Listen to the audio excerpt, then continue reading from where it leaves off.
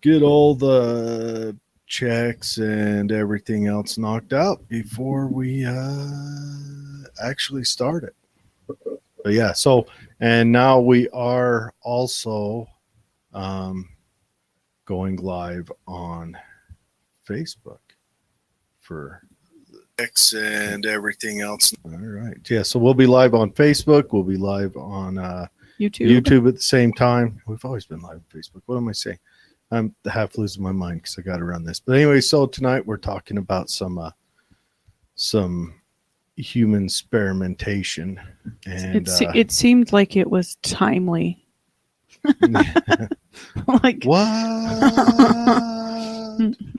Anyway, so yeah. Welcome to the show. Yeah. Well, welcome in a minute. But yeah, so we'll kick this thing off. Everything should hopefully go good. I'm just checking everything out. Okay. Do. Looks like we're golden. Anyway, so tonight we're talking about human experimentation. Jeremy, how you doing? Okay, so we got to get some I guess housekeeping. Oh, and Dozer's in with us today because I couldn't find a Dozer sitter, so she's chilling like a villain. That's right. The show's moving to Fridays. We'll do a tentative plan around noon and then adjust it from there as needed. But my schedule's changing, so we're moving the show to Fridays, and we'll do it a little bit earlier. Hopefully that works for everyone. Yeah, good to hear, Jeremy. Good to hear. And what else? Do we have any other housekeeping? That's it. That's it. Okay. So, welcome to the show. Go ahead and say it, Betsy. Welcome to the show. Yeah. So tonight we're going to talk about the human experimentation that has gone on, and we're going to focus in on the experimentation our country's done. You can go and watch the Australian mustard gas experimentation they did. They did it kind of right at the tail end of World War I, and it's pretty horrible to watch. It's a rough show. Gruesome stuff. But they videotaped the whole thing, and you can go watch it. But first, I think we should start out with some news. Okay, and we'll get this shared up on the screen for those who are watching. Okay. So, anyways, the first genetically modified mosquitoes released in the U.S. to buzz in the Florida Keys. That's the headline. And don't mistake this for the first mosquitoes that could be troublesome to be released, because they released them with dengue fever. What? Yeah. They were released above Louisiana and the Florida coast with dengue fever by the thousands, with the idea that I think that they're doing the same thing with this, I'm sure, with the idea that the dengue fever would What is dengue? Well, fever? It's tragic for humans. Oh. It's commonly found in the tropics. Where'd they release it at? Louisiana. Okay, well, this one's Florida in Florida. coast. Yeah. This is for the Florida man. So this is last Thursday. A British company released basketball-sized cardboard boxes into 6 yards in the Florida Keys. So, like, I guess in people's houses.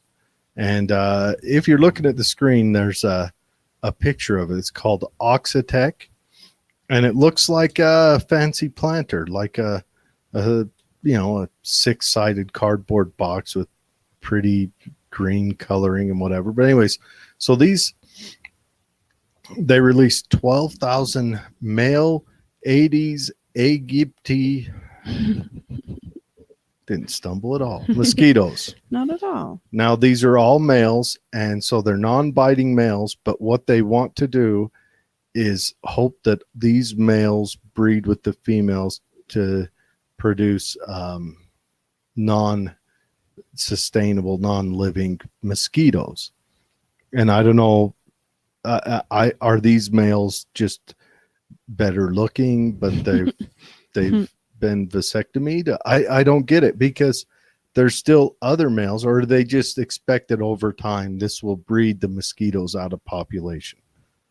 Do mosquitoes serve a purpose? But they released 12,000 males, and the mosquitoes, they can't reproduce, so they're not going to reproduce and propagate more non-biting mosquitoes.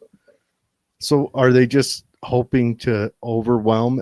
Do they just want to make it so that the bug zapper like runs your electric bill through the roof? What's the plan? Well, Or I are they think- going to do this every year? I think the question is, what happens to the wildlife that eat these mosquitoes? Mm. And then what happens to the wildlife that eat the mosquitoes? This is like non-breeding mosquitoception, Yeah. a dream within a dream. So local officials say they argue the trial is necessary at a time when pesticides are increasingly ineffective against these dangerous pests. A 2016 vote on the project indicated a solid majority of support in most of the surrounding counties. In most, that means your neighbor county might not agree. I mean, in a solid majority. Did they hold an election and decide?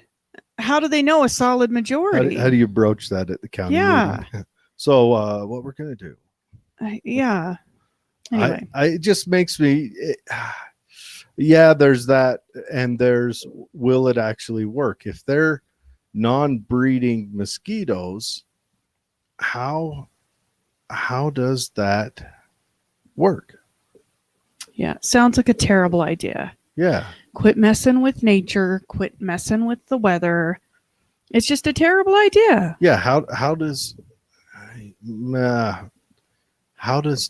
would that work? If they don't breed, they won't propagate to further not breed.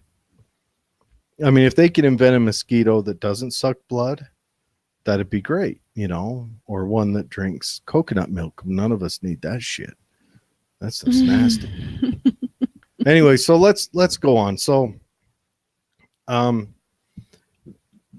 this show's got a focus point, but we're going to start out with kind of a general overlook.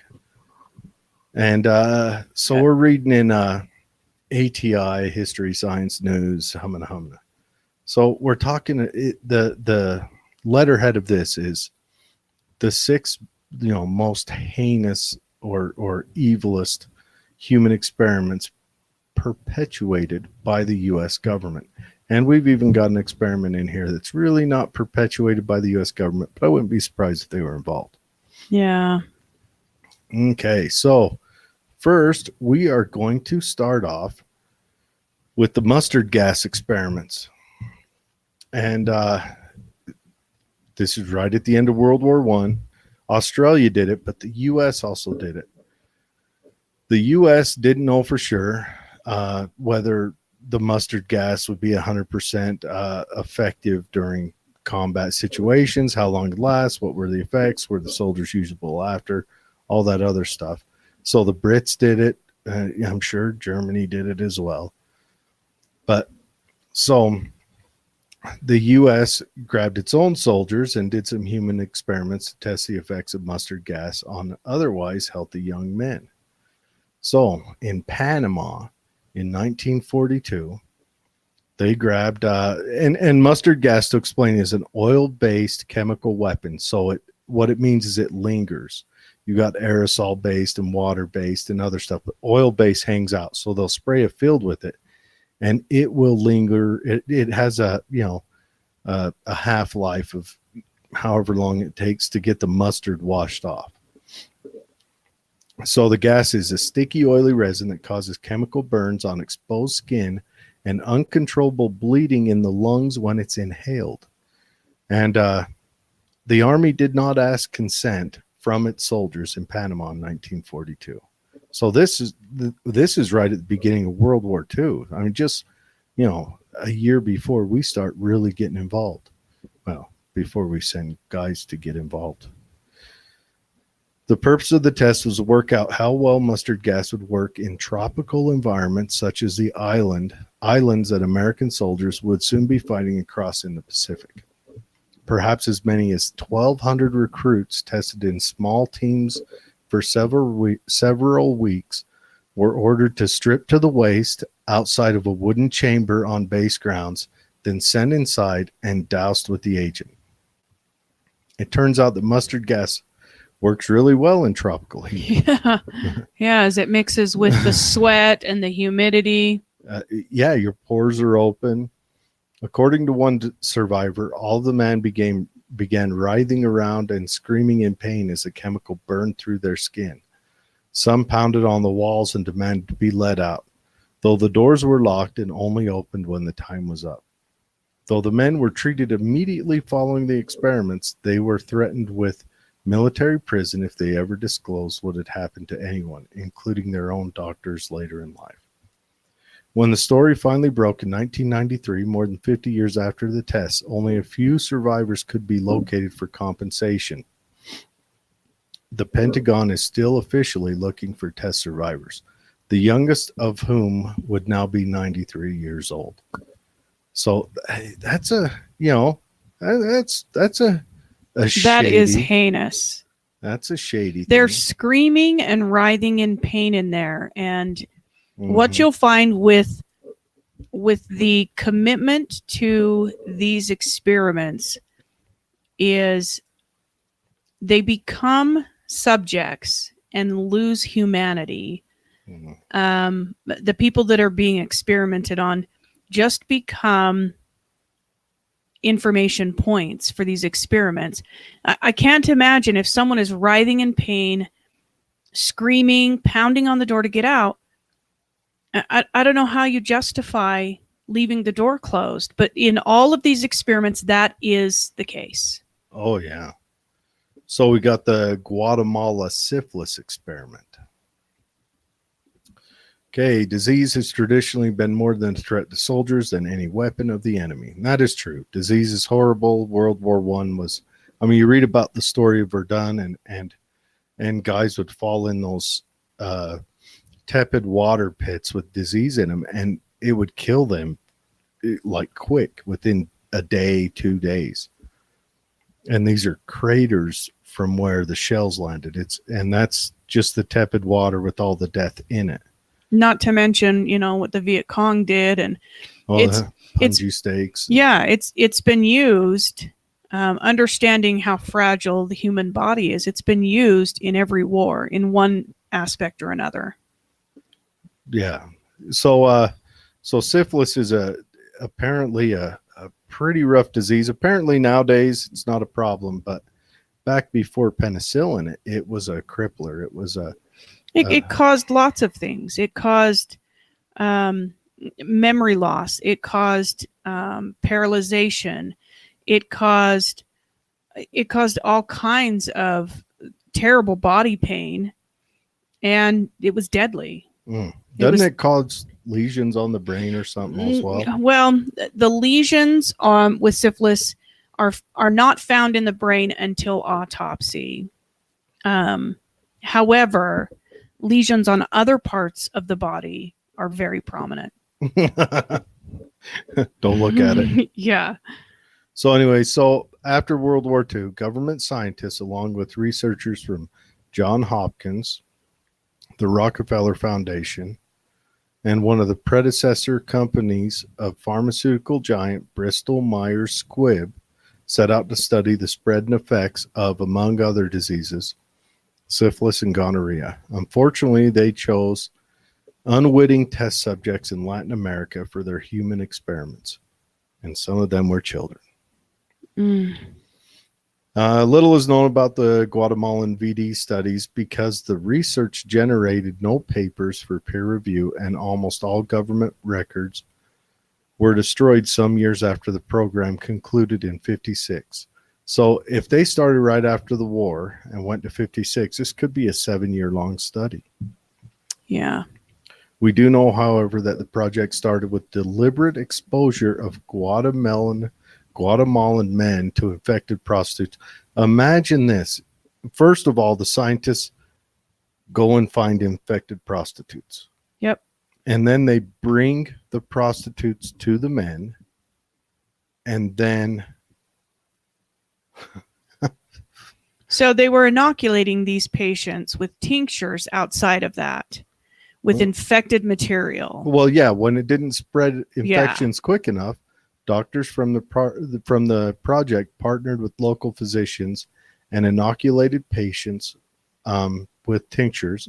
What is a tincture? Is that ointment? Yeah. Well, they're placing it directly onto the genitalia or injecting it, sometimes into the spine. Oh, good heck.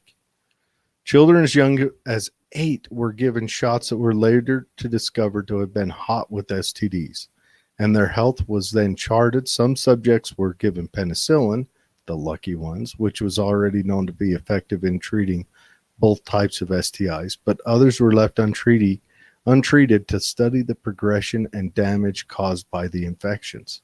Very similar. It's interesting because there's the Tuskegee experiment, which we're going to go into a little more in depth about. That's kind of the main point of it. We're just kind of getting a little rub out. Right, but it's interesting. I shouldn't have said rub. This is a bad subject to talk about with that. It's interesting how the Tuskegee experiment started to catch a little heat, and then these experiments show up in Guatemala. That's why we say it's not necessarily here, but I guarantee you we had some hand in it. The United States government, the CDC to be more specific, had to have had some hand in it. That's just, yeah. They were all in on that. All in. Man. All right. So we got the human experiments, the Manhattan Project's fatal radiation. Mm-hmm.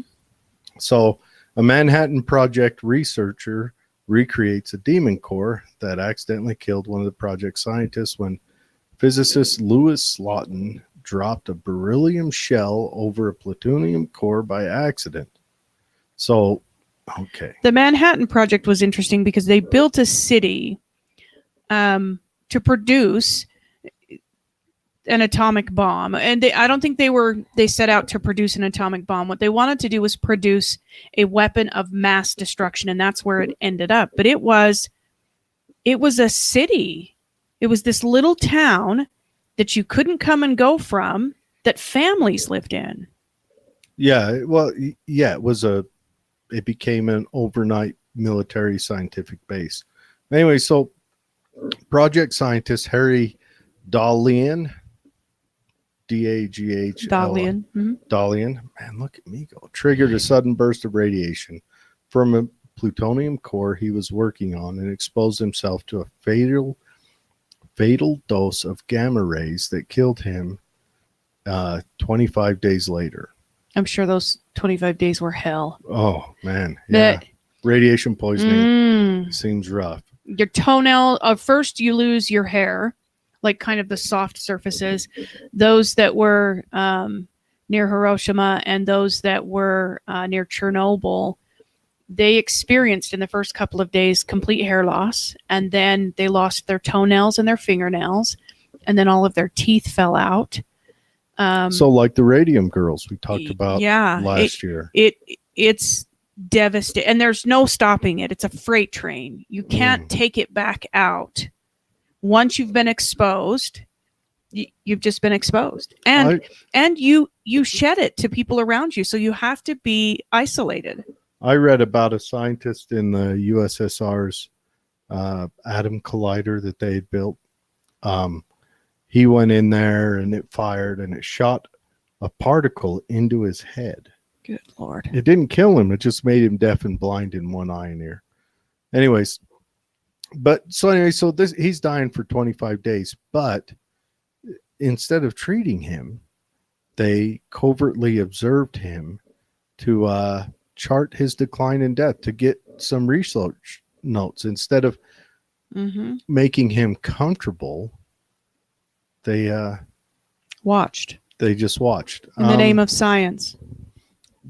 And so they didn't make it any worse, but That yeah, it that's how they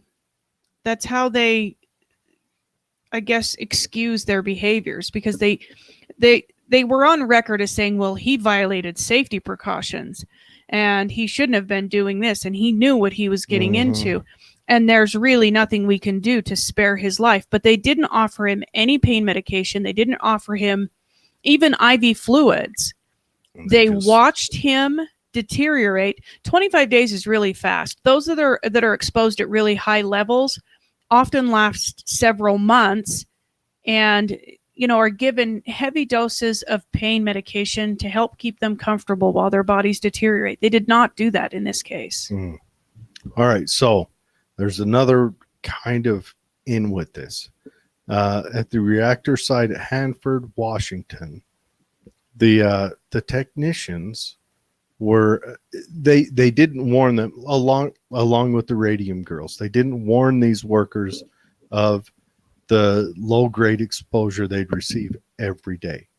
Yeah. So in 1943, project staff suspected that some workers' physical ailments were related to their work.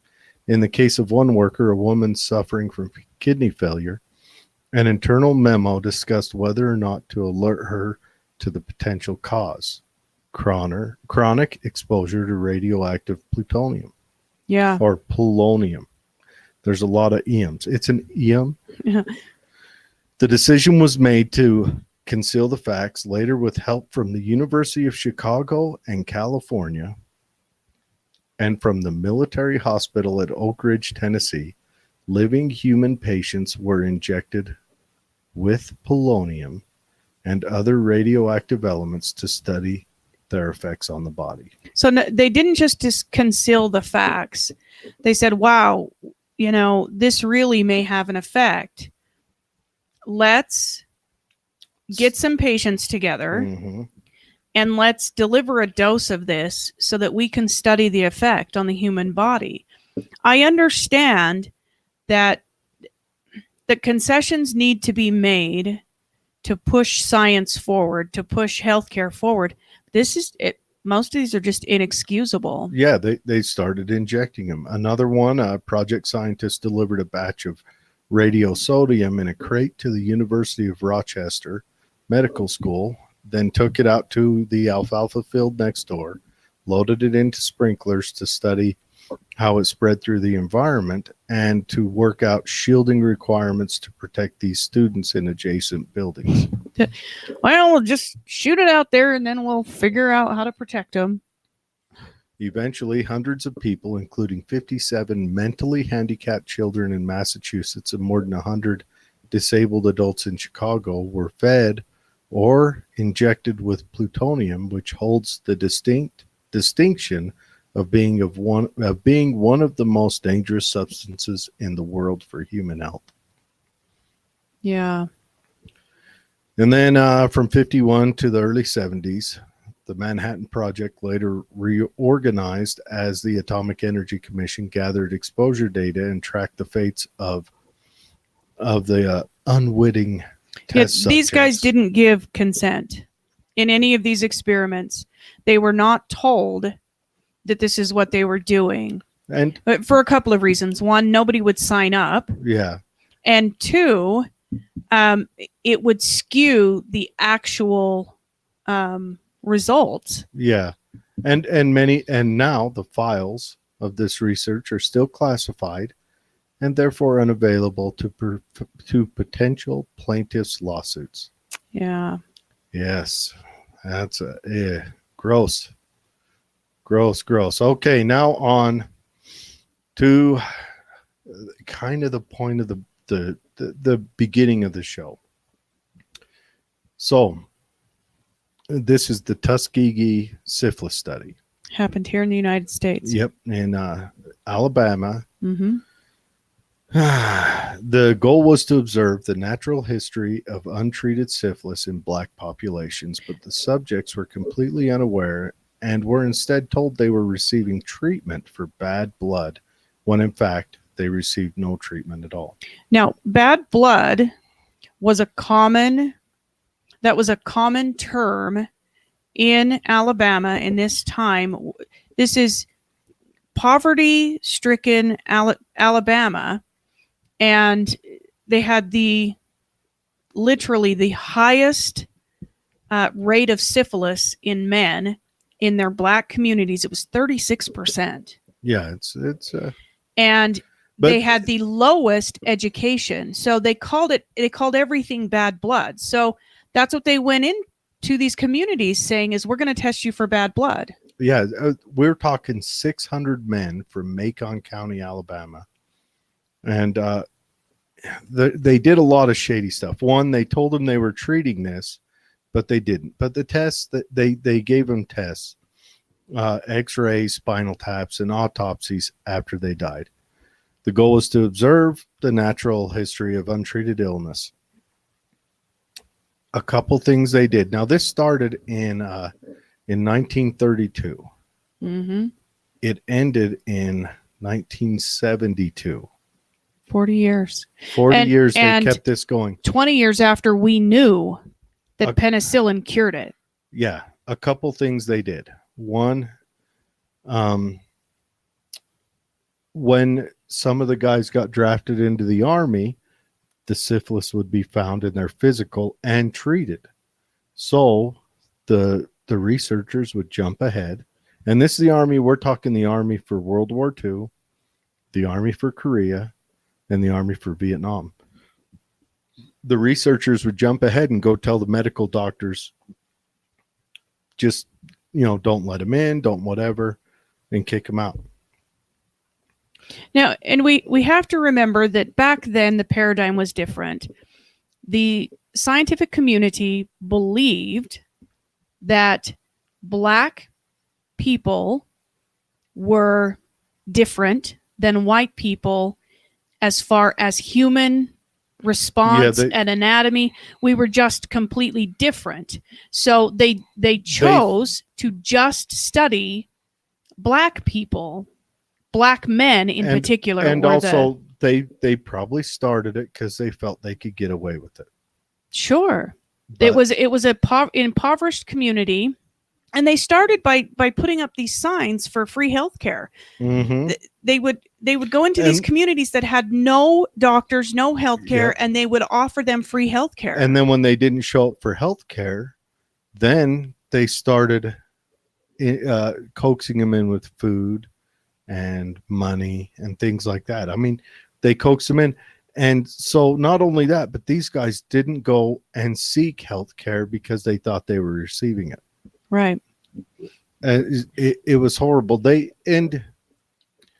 also, as part of this experiment, it started out with the Public Health Service. And as part of this experiment, they intentionally found the few black nurses, knowing that, one, they would never question what the doctor said because it was important to them to be an African American and be getting an education and given the opportunity to be a part of something that was, told to them that was really great and helping their community. Two, they were women and they would never question a man. Especially a white man. A white man in most cases. Mm-hmm. And three, they knew that they could persuade the black men to not only join this experiment, but to stay in this experiment by engrossing themselves in their communities. Yeah. It was horrible. But so as of today, there are still, I believe, 12 people. So this all came out in the New York Times in 1972. It got released. By this time, out of 600, only 74 of the test subjects were still alive, and 128 of them had died of syphilis or its complications. And it's 40 wives had been infected. 19 children had been infected with congenital. Syphilis is not just passed by way of sexual contact. It's also passed from mother to child. They knew this at the time, and they had been approached by peers on several occasions, calling to question, one, there was no consent. Two, they weren't telling these men that were a part of this experiment that they had syphilis. They had tested their quote unquote bad blood and had found that they had syphilis, but they weren't treating them for it. And they were never told they had syphilis. And, you know, in the interviews they did with some of the survivors prior to their death, the survivors said that's a word we wouldn't have understood anyway. But they were never told they had syphilis. They were never treated for syphilis. Their treatment was to just maintain their being alive so that they could watch this horrible progression of the disease. And it got so bad that one of the researchers reported to the health service, their upper management, that they weren't seeing enough paralysis. And they thought that something had gone wrong, or maybe the black men never got paralysis. And they were reportedly told, well, you've got to do a spinal tap to really see the progression of the disease. So these men were told they were going in for a shot, and they were given spinal taps, which are excruciating. Well, and they were given some, not treatments, but like they were checking their blood pressure. They were pressure. giving them old school treatments like mercury. And so they would inject, I guess that was the treatment before penicillin, is they give you mercury. So, good luck with that. And they would do some of that. They would give them a lower dose than would be given prior to penicillin to treat it, even though I highly doubt it treated it then. But and maybe that was to test to see if mercury actually had an effect. I mean, the whole purpose of the experiment was to monitor what happened, to record it, to time it, and to prove that the black population had different symptoms or different symptom paths than the white population when it came to syphilis. In the beginning, it was written all over with prejudice. I mean, 100%. They started this. I don't know how it was in the end, but they kept it. There was an interview with the lead doctor before he passed away, and the Associated Press contacted him, and I listened to the interview this afternoon kind of in preparation for this, and they asked him if he would do anything different. He said no. Yeah. And they said, well, these people suffered, and he said, well, it was for a good cause. What's the good cause? And for 20 years, the scientific community was effectively treating syphilis with penicillin, relieving all symptoms, curing the disease, and they chose not to use that on these people in this experimentation. If they'd come out with a cure for cancer out of the deal, okay, I could write it off as a good cause. But just to watch it kill someone, that's not a good cause. And it's painful. It's really painful. And they settled. They actually settled the lawsuit. In 72, when that came out, there was mass public outrage. The NAACP launched a class action lawsuit, and they settled the suit in 74 for $10 million and agreed to pay the medical treatments for all surviving participants and infected family members, the last of whom died in 2009. There's still... and that was a shit show, because in Alabama, if the father was not married to the mother, the children were not recognized. So according to Alabama law, if your dad was not married to your mom, if you had contracted congenital or by birth syphilis, you wouldn't get the payout. And albeit it was a lot of money back then, but it was sad. It was $32,000 for actual people in the experiment and $16,000 for their dependents. Well, and the rough thing is that I think there's still 12 people alive that receive They get also in that care package, they get free medical care for the rest of their life, and they get their burials paid for. Yeah, and that which is a small consolation prize, but what there's the, still 12 people alive that are. what they were doing was getting test results through autopsy. Yeah, and it's they would essentially know that this person was sick, leave them untreated intentionally, watch them deteriorate and die, and then they would go to their surviving family members and talk them into letting them do an autopsy so that they could get their test results. Yeah, it's in the United States. It's a rough one. Not that damn long ago. It's well known. Well, yeah, it was. I mean, they ended it 3 years before I was born. You know, it's heinous. Here's another one that I think is, as far as I'm concerned, probably the worst of the bunch. Vanderbilt University was funded by U.S. Public Health Service. Same exact group that did the Tuskegee. They involved 820 poor pregnant Caucasian women. 820. And they were given tracer doses of radioactive iron in a cocktail drink. This was in Tennessee, and they worked with the Tennessee State Department of Health. They did not inform the women of what was in the drink, nor were they informed that they were part of an experiment. The radiation portion of the experiment was designed to study the absorption of iron during pregnancy under the direction of Dr. Paul Hahn. Vanderbilt researchers who re-examined the data in 63 and 64 claimed no significant difference in malignancy rates between exposed and non-exposed mothers, however. And that one, does that mean some of them were given iron, some of them were given iron with radiation? They probably had a control group. Yeah.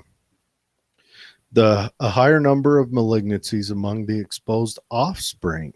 4 cases in the exposed group: acute lymphatic leukemia, synovial sarcoma, lymphosarcoma, and primary liver carcinoma. What's the difference between sarcoma, and carcinoma? That's the area of the cancer. These are all different types of cancer. Okay, anyways. But basically the mothers were fine. There was no difference. However, the offspring suffered from these crazy cancers. Yeah, they so no cases were found in a control group of similar size. This led the researchers to conclude that the data suggested a causal relationship between prenatal exposure to Fe59 and the cancer. The investigators also concluded that Dr. Hahn's estimate of fetal exposure was an underestimation of the fetal absorbed dose. They didn't recognize or didn't understand how much the fetus would get by way of how much they gave the mother. Yeah. But they knowingly gave these pregnant women radiation. Knowingly. To just see what happened. All right. We got to do another news story before we carry on with the last of the show. Let's do a couple comments. Oh, yeah. Let's run through those. Okay. So Jennifer says, bad idea. I agree. It is a bad idea. Quit messing with stuff. I'm sure that was about the mosquitoes. Yes. Quit. Yeah. Or at least do it in a controlled environment. Build yourself. What was that dome on that one show? The Simpsons? No. Where they get locked in it and it's... The Simpsons? No. The Simpsons did a recreation of it. But it's an eco-dome. Build an eco-dome. With what's his name? Yes. It was supposed to be funny, and then he ate all the food. And yeah. Build yourself an eco-dome. Go nuts.